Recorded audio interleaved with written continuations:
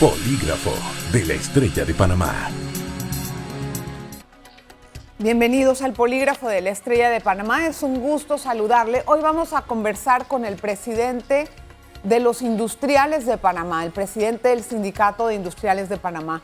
Esta es una industria que genera la mayor cantidad de empleo en el país y como tal tiene uno de los retos más grandes, que es en la parte de reactivación ayudar a que esto crezca y se mejore. Pero también tiene una particularidad que aporta solamente 5% al PIB. Y estas, pues tal vez estas situaciones asimétricas podrían entenderse. Vamos a conversarlas con el presidente de la CIP, además, obviamente, de los programas de reactivación y las comisiones que se han entablado con el gobierno. Le presento a Luis Antonio Fauca. ¿Cómo está? Gracias, Luis Antonio Fauca. Gracias. ¿Cómo está usted? Bienvenido al Polígrafo de la Estrella de Panamá. Teníamos esta cita pendiente hace un buen tiempo, ¿verdad? Correcto. Bueno, hay que entender que ya se conoce un balance más o menos de cuál es la situación de la industria. Obviamente todos venimos de este gran atraso hasta cierto punto en generación de empleos, se bajaron los empleos, también se pausaron muchos contratos. Entonces, en este momento, si pudiera usted hacer un balance de la cantidad de contratos, no sé, que pueden estar suspendidos o que se han reactivado en la industria, ¿cuál sería? Ok, nosotros antes, en el 2019, la industria tenía aproximadamente unos 145.000 empleos, ¿no? Ah, mira. A la fecha se han reactivado aproximadamente unos 10.000 y estamos llegando 10.000 de los que se habían perdido y estamos ahora mismo en la cifra alrededor de 130.000. Es decir, estamos unos 15.000 abajo. Esos 15.000 no representan, o sea, puede ser un 10-15% del tema total, un poquito menos, ¿no? No, porque ahora mismo debemos tener aproximadamente unos 200.000 desempleados, Ajá. así que el porcentaje es relativamente bajo. Pero la parte privada genera aproximadamente 650.000 empleos, el sector privado, sector gobierno aproximadamente unos 300.000 y hay algunos 92.000, 93.000 ONG, cooperativas Sí. y servicios domésticos. Ajá. Ese sería el pastel. pastel, correcto. Pero a ver, siendo esta una industria que genere tanto empleo y aporte esa cantidad al PIB, creo que no me equivoco, ¿qué necesita para fortalecerse? Bueno, en la mesa de reactivación, a ver, tenemos problemas endémicos Sí. que se han ido agravando con la crisis del COVID. En la mesa de reactivación salieron a relucir varios de estos áreas que hay que mejorar, que definitivamente se agravaron. Uno es, para nosotros salir de este impasse, evidentemente las medidas sanitarias, que como pudimos ver en la cuarta ola, pues es muy diferente pasar una ola con apertura que con sectores privados. Ese es lo principal, la parte de salud. Y lo otro es la parte de reactivación de la construcción, que genera muchos empleos, pero también genera mucha producción por parte de la industria, cemento, perfiles de metal, tuberías. O sea, hay un sector muy importante de la industria que aporta a la construcción. El otro sector que hay que fortalecer es el turismo. La industria de bebidas y alimentos y de químicos, por ejemplo, genera mucho para el sector turismo, para la hotelería. Claro, es lógico. Entonces, para nosotros es vital que esos dos sectores se reactiven. Claro, pero para que eso ocurra necesita haber una coordinación con el gobierno. Y Correcto. la información que yo tengo es que ese tipo de, la comisión de reactivación, por llamarla de alguna forma, se ha ido posponiendo en las reuniones y no entiendo la razón. A ver, tuvimos un trabajo bastante fuerte por 3-4 meses el año pasado. Ha habido un impasse. Se tienen todas las medidas, todo lo que hay que hacer, se está reactivando, volver. A ver, ya se tiene el plan, ahora falta la ejecución. Estamos en proceso de ejecución, pero estoy de acuerdo. La reactivación no se puede dar a largo plazo. La reactivación son medidas que den fruto en 12 meses, 18 meses, para que el país genere empleo, que es lo que queremos, consumo y comenzar a mover la economía. ¿Pero qué esperan para reunirse? O sea, ¿por qué no se producen esos encuentros con el gobierno? Ya estamos, digamos que a la espera de que esto se dé. Ciertamente el sector privado, el CONEP, que es el Consejo Nacional de la Empresa Privada que nos integra a todos, pues ya está ejerciendo digamos que la presión para que podamos llegar a poder arrancar, a poder ejecutar lo que ya nosotros habíamos establecido, qué es lo que tenemos que hacer para mover la economía. ¿La persona responsable del gobierno quién es en este caso? Bueno, la persona responsable del gobierno, la que ha tomado la batuta, la que nos llevó a este consenso fue el presidente. Y el presidente ha generado a la comisión. De ahí lo delegó. Tiene al ministro Rojas, pero el ministro de Comercio e Industria es el encargado de encabezarlo. El ministro de Desarrollo Agropecuario, Augusto Valderrama también. Claro. El viceministro del MIDA también, la ministra de Trabajo. Por parte del sector privado es los ministros que tienen directamente que ver con trabajo, con inversión, con comercio, con industria, con agro. ¿Cada vez que hay una comisión tienen que estar todos presentes? Todos presentes o los representantes de ellos. Ellos han tenido una participación directa en la parte de establecer el plan, pero no podemos quedar en el plan. Lo que pasa es que eso es lo que yo, no sé, si fuera gobierno es lo primero que haría. Es súper importante poner a todo el mundo dinero en el bolsillo. Por supuesto.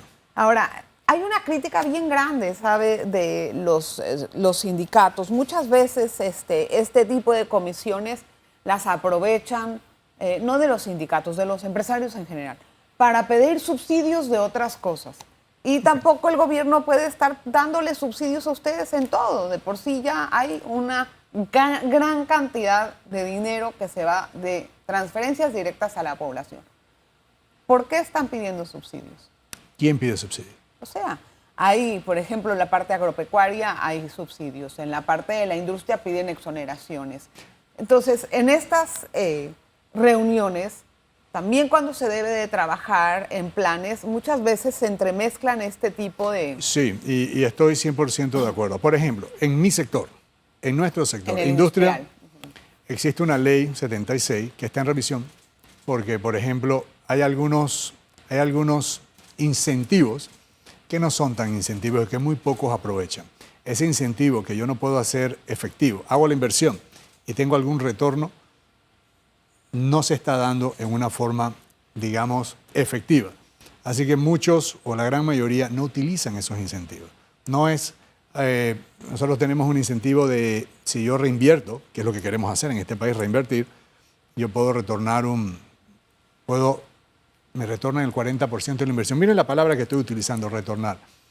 Pero al final, como son incentivos sobre la producción, equipamiento, instalaciones físicas para producir más, para mejorar o inversiones nuevas, al final se convierte en lo que es una depreciación acelerada. Eso no es un incentivo, por supuesto, porque no lo puedo depreciar. Si es equipo, no puedo depreciarlo, porque ya tengo un incentivo. Entonces, ¿qué se transforma? En una depreciación acelerada. Eso no es un incentivo. Entonces, ¿de qué me sirve hacerlo si yo no lo puedo utilizar en algo que me permita reinvertir o tener una ventaja para hacer esa inversión? Entonces, muy pocos lo aprovechan. Y es eso, es una depreciación acelerada. Entonces, los incentivos debieran poder ser para pagar impuestos, para pagar tal vez impuestos sobre la renta, impuestos de importación, ITBM, pero eso no lo tenemos. Eso estamos tratando de poder llevarlo a que realmente sea un incentivo. Queremos que la inversión se quede en el país. Nosotros como industriales, que los empleos se generen en Panamá. Ese es nuestro principal trabajo en este momento. Bueno, vamos a detallar un poquito más. Más adelante tenemos una primera pausa que hacer. Vamos a conversar más con el ingeniero, él es ingeniero, Luis Antonio Frauca, y vamos a conversar también acerca del consumo, de la generación de empleo, y hablaremos igualmente acerca de las exportaciones. Una pausa. Polígrafo de la Estrella de Panamá.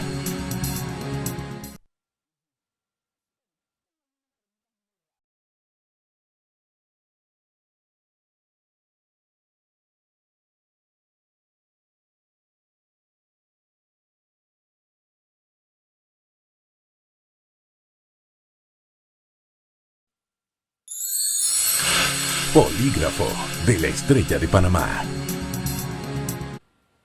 Gracias por estar en sintonía. Bueno, a ver, don Luis Antonio, nada más algunas palabras cortas para tratar de poner los puntos en las íes de lo hablado. ¿Ustedes creen que hay un plan de reactivación en marcha o no?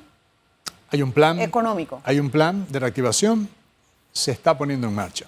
Hay que acelerarlo. ¿Y en cuánto tiempo creen que lo pueden poner en marcha? No pienso que deba iniciado, no más de 4 o 6 meses, debe estar andando. Son diferentes etapas, son diferentes áreas, se han encontrado algunos escollos, pero más o menos 4 o 6 meses. ¿Cuándo se van a ver los primeros resultados de ese plan? 6 meses. En 6 meses. En 6 meses. Debe ser progresivo, por supuesto. Ahora, lo que yo no entiendo es cómo ese plan va a motivar el consumo. A ver, voy a tocar un punto específicamente que siempre martillo sobre ese tema. A ver. El capital panameño y el capital extranjero tiene capacidad de inversión. Quieren invertir. Hemos hablado mucho con el gobierno sobre la parte de tramitología. Es traumático. Sí, la desburocratización. Ahora vamos a hablar de eso también. Bueno, ese es uno de los principales obstáculos para la inversión. 100%. Un inversionista, ya sea nacional o extranjero, requiere saber que mi inversión la inicio hoy y que voy a tener un 100%. Un final, ¿no? Uno periodo termina específico. trabajando para el ministerio que le tiene que dar el trabajo, el trámite. Eso es importantísimo para eso. Eso lo que hace es generar contrataciones, construcción, movimiento, pago de impuestos. Eso es básico. Sí. Eso es primordial, ¿no? Pero yo no estoy de acuerdo, no estoy segura si el gobierno va a saber superar eso. Porque tiene la planilla más alta de la historia y a cada uno lo tiene para hacer un papelito distinto. Ese es un punto que nosotros hemos martillado, la parte de que para poder salir de esta situación, el gobierno tiene que hacer un plan de reestructuración y apretarse el cinturón. ¿Qué va? Tiene que haber control del gasto. Porque la última palabra que puede aceptar el sector privado es que haya un aumento de impuestos, por decir algo, un cambio en la estructura tributaria, si el gobierno no hace su trabajo de apretarse el cinturón y tener un control de ese gasto que ahora mismo no pareciera tener. ¿Pero va a haber un cambio tributario? No, pero lo que sí tenemos nosotros que hacer desde ahora es decir que no puede haberlo, mientras no haya un ejemplo de control del gasto. O sea, digamos que el gobierno achica su planilla, ¿ustedes estarían de acuerdo en un cambio tributario? Bueno, primero vamos a ver los resultados. ¿Sería necesario hacer un cambio tributario si el gobierno fuese un gobierno eficiente? Seguro que no. Ahora, en esta parte de la desburocratización, ¿cuáles son los trámites más pesados? Es decir, ¿qué debe de reacondicionar el gobierno para poder lograr una tramitología más eficiente? Digital, carambas. Hombre. Por supuesto, y tengo que aportar algo positivo. El gobierno con la AIG y la Secretaría que está encargada de esta parte ha reducido los trámites. No lo suficiente. No, pero en plan. ¿Qué pasa?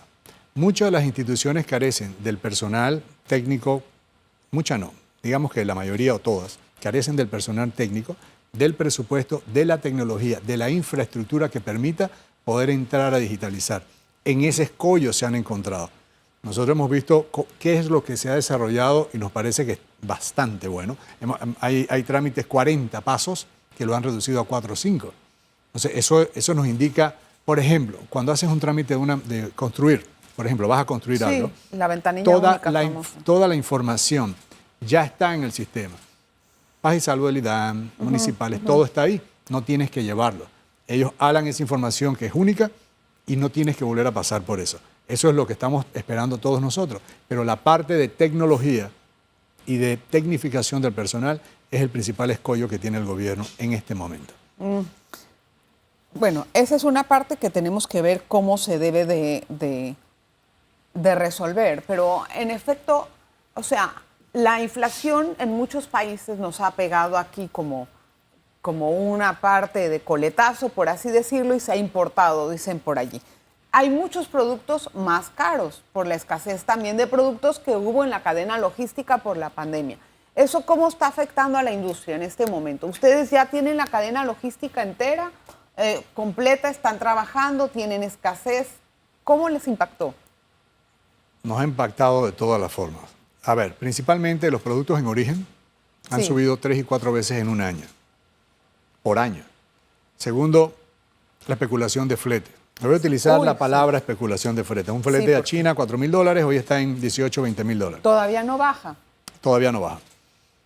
Ahora mismo tenemos un aumento del precio del combustible, que si bien eso lo verifiqué antes de pandemia, el componente de flete de un contenedor de 20 pies era $140 de China.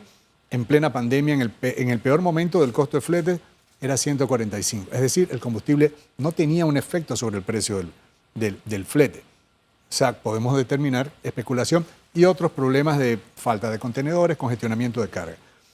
Pero tenemos que tener claro que el impuesto de importación a todos los países tiene 3 componentes: flete, valor del producto en origen, que ya subió varias veces, y el seguro. Sí. Estamos pagando 7% de impuesto de importación de todo lo que se importa con ese valor de flete, lo que no tiene ningún sentido. Ya valor de producto perfecto, pero pagar impuesto de importación por un valor de flete que antes era $4.000 y ahora es $20.000. Entonces, ¿qué es lo que están proponiendo ustedes? Bueno, nosotros y en general estamos proponiendo un congelamiento de ese valor de flete para conceptos de pago de 7%. Para Panamá. Por supuesto. Otros países han llevado iniciativas similares, ¿no? Pero eso impacta directamente el costo de los productos y de los materiales y materias primas y productos terminados, Sí. de todo lo que nosotros consumimos. Ese es básico. O sea, eso les ha afectado. Han tenido ahora una materia prima mucho más cara que se va a reflejar en el precio del consumidor. Y se ha Eso no. reflejado. ¿En qué cosas se va a reflejar principalmente? ¿Qué es lo que van a ver los panameños más caro? Es probable que prácticamente todo. ¿Todo de qué? Sí. ¿Desde Por ejemplo, dónde hasta qué? vamos nosotros a hablar desde la perspectiva principalmente del sector industrial. Empaques Sí. de alimentos, ¿no? Empaques de alimentos, maquinaria, insumos. La agricultura tiene insumos que vienen de afuera. Sí, los también agroquímicos, etcétera. han tenido un impacto importante. Y ahora con el aumento del precio del petróleo que está llegando a $100 el barril, es muy probable que todo lo que tiene que ver con empaques suba considerablemente. Y los alimentos no los puedes preservar en la cadena de distribución si no están bien empacados. Y ese va a tener un impacto importante en los precios. Por eso pareciera que el balance de cada uno de los factores no es una subida y otro a la baja. No, pareciera que suben y se mantienen. Y eso es preocupante. Y también tiene que ver con la oferta y demanda. Ahí en dónde entra eso entonces. Bueno, la capacidad de consumo del panameño está restringida. Por eso es tan importante. Entonces, ¿cómo es que, o sea, ¿me entiendes? Veo como un siempre. cortocircuito. Pero el cortocircuito no los podemos quitar. Por ejemplo, pago de las cuentas del gobierno al sector privado. Eso es lo principal. Reactivación de la construcción. Sí. Reactivación del turismo. Esas dos que acabo de mencionar va a poner gente a trabajar. Una de las gráficas que nosotros presentamos en la semana pasada o antepasada con la prensa nos indica que nosotros caímos más que el resto del mundo y Sí, así Latinoamérica y la razón principal, turismo, pero también la construcción. Fue Así es. un Bueno, solo pues, país. está recargado mucho en esos sectores el Y país. estuvo no sé suspendida. si es tan bueno eso tampoco. Exacto. Tengo que hacer otra pausa. Claro. No se vaya, enseguida regresamos con más en esta conversación con Luis Antonio Frauca del CIP. Polígrafo de la Estrella de Panamá.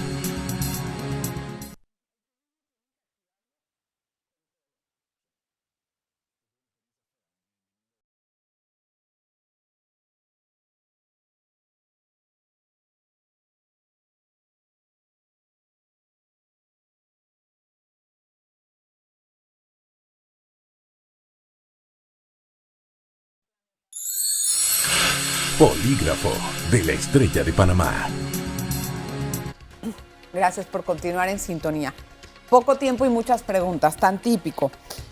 Bueno, dinamizar dos sectores, la construcción y el turismo, pero yo apuntaría mucho más a meterle la maleta durísimo al sector turismo. Correcto. Porque el sector construcción es cíclico, ¿no? Y el turismo puede ser una fuente de ingresos perenne. Si se dedican realmente, por ejemplo, a explotar las islas del Pacífico, que son una hermosura y las tienen todas abandonadas espantosamente. La parte de preparación de mano de obra, etcétera. O sea, ¿qué hay planteado sobre esto? ¿Sobre turismo? Ajá. Ok, hay proyectos de inversión ahora con el incentivo que pareciera que la ley lo va a reajustar de 100% a 60%, lo que pude saber hace poco, pero tenemos que tener conciencia de que hay habitaciones disponibles en gran cantidad en el país. Pensar en inversiones nuevas, que está bien a futuro, no pareciera ahora ser el plan, sino el plan debe ser cómo lleno las habitaciones que tengo actualmente, Claro. que son decenas de miles. Entonces, hay que tener prioridades en el plan. O sea, ¿cómo está haciendo su trabajo el ministro de Turismo? Mi crítica sería esa. Me parece que lo está haciendo bien, pero hay que dar un impulso a lo que ya tenemos. Tenemos una cantidad enorme de infraestructura hotelera a lo largo y ancho del país que puede mejorar y debe aumentar, sí, que debemos dirigirnos a lo que tenemos ahora. Ese es un efecto inmediato.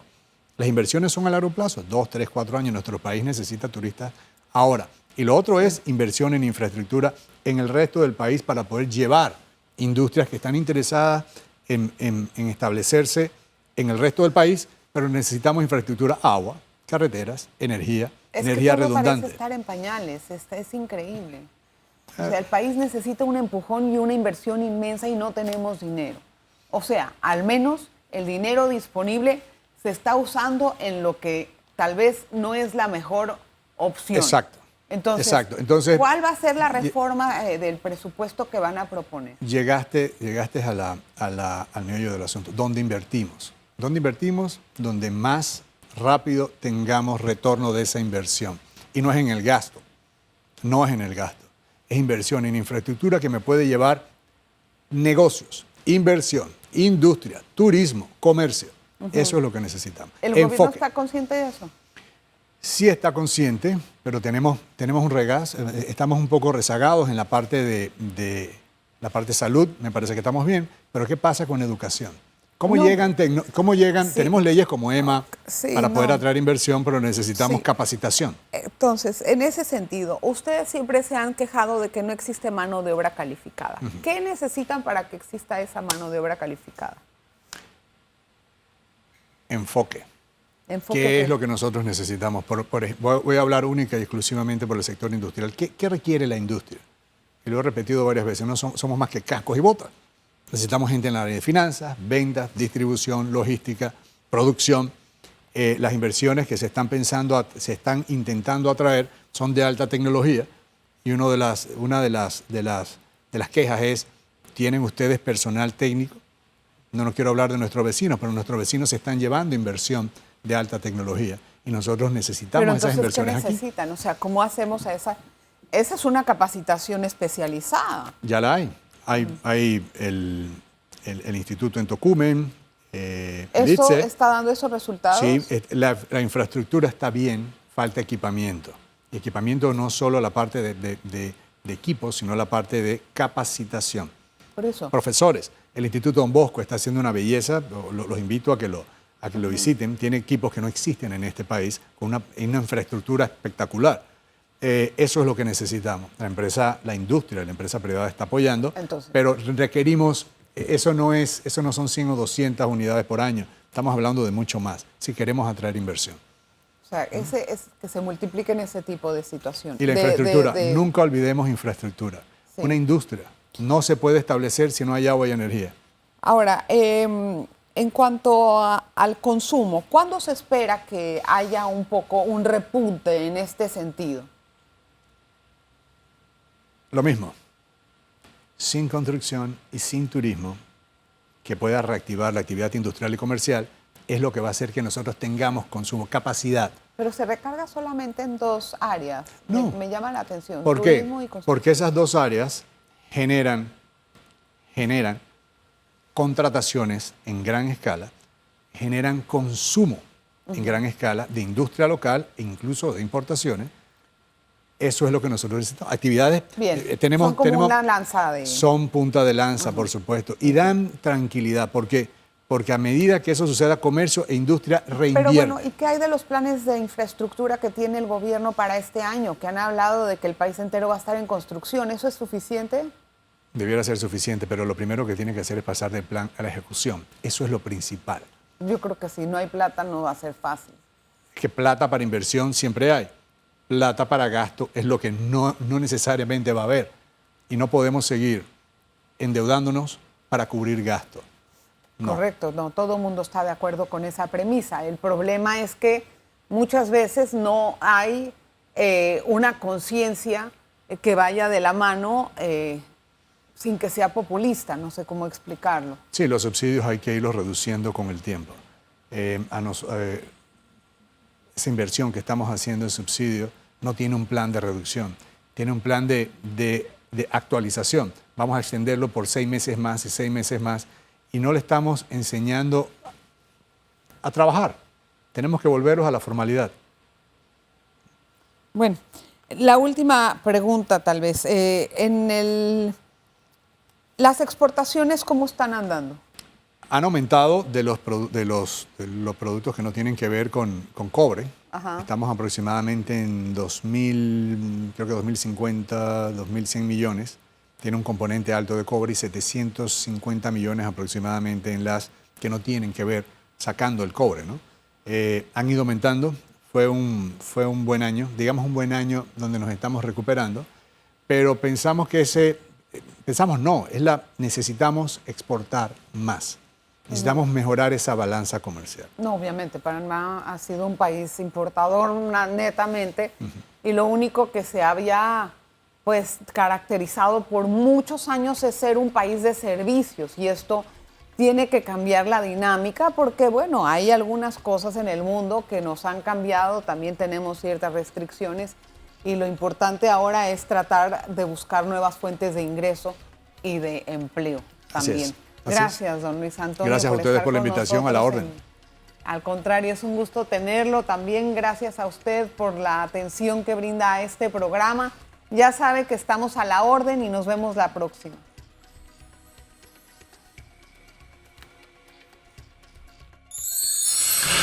Polígrafo de la Estrella de Panamá. Revive este programa entrando al canal 1 de VOD de Tigo.